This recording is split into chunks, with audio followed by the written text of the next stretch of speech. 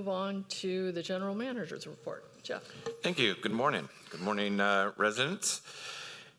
There is always a great pleasure to be able to announce some really good things that are happening in Rossmore and good things that some residents are doing.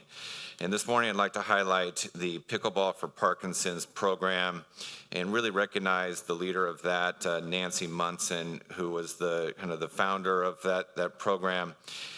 Over the last 2 years, this is entering year 3, they have raised over $100,000 for Parkinson's research. And this year they have a lofty goal of trying to raise an additional $100,000. So they've actually previously $150,000. They want to raise another $100,000 this year. This is a really fantastic program. It will take place on Monday, June 9th from 9 a.m. to 4 p.m. at Creekside Pickleball Courts in Rossmore. And I believe all residents are welcome to join them and be part of that experience. I also wanted to give just a brief update on the pickleball project that was also discussed at the planning committee meeting, so there could be some further update there. We did receive the permits from the city and other regulatory agency. There are many permits involved in this process. During the March board meeting, the board gave us permission to seek competitive bids for this project once all the permits were received. So now that we have received that, we are working on finalizing the bid package to send out for competitive bid.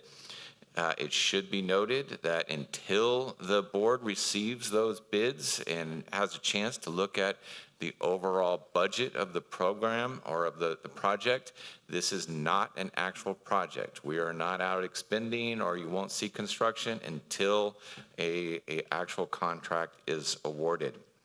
The other main component of that is there is the main irrigation line for the 18-hole Dollar Ranch course that needs to be relocated, and that needs to happen prior to any construction. So that is a major effort going on right now to design that relocation and then to seek bids for doing that project. So a lot going on within the pickleball world. I also wanted to publish a little bit of just some bullet points, general information regarding our insurance program, our master insurance program for the property coverage. Certainly this is always a topic of concern and conversation with the mutuals, with residents, and with the board, in concern of what is happening with rates, what is our coverage level. So I tried to just put out a lot of bullet points in terms of what is the valuation of property covered by the program, $2.77 billion.